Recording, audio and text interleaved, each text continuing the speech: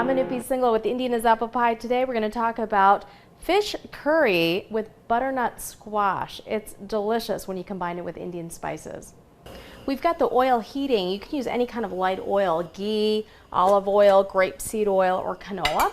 And as it heats, you want to go ahead and get your cumin seed in there. We're going to use about a teaspoon of cumin. And with the oil heating, the cumin will release its essential oils. It'll infuse the oil with flavor, and I've got half a teaspoon of turmeric in there as well. We're going to let that just kind of start to heat up and add garlic as well as some squash, butternut squash. It is such a delicious add and a great ingredient for Indian curries and dishes. We use squash quite a bit. And if you've got pumpkin, you can even use that. You can substitute acorn squash in here. Anything you want, essentially, will give your dish a really nice base to it. We're going to let that kind of brown up. The garlic is getting brown. The squash is browning. It's softening just a little bit. And as it continues to cook, we're going to add what's going to become your curried, gravied sauce. And that's just tomatoes.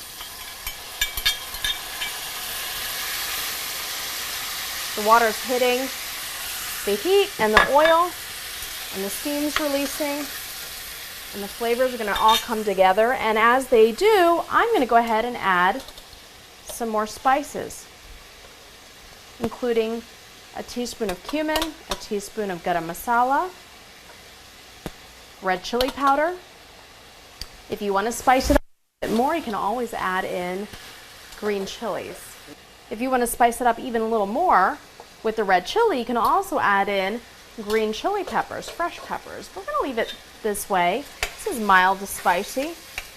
Look how pretty that all looks together. The orange of the butternut squash, the red chili pepper or cayenne, either one.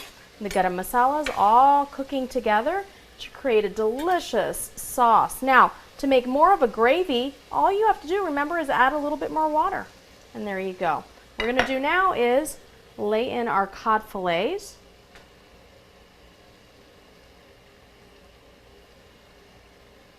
Just so.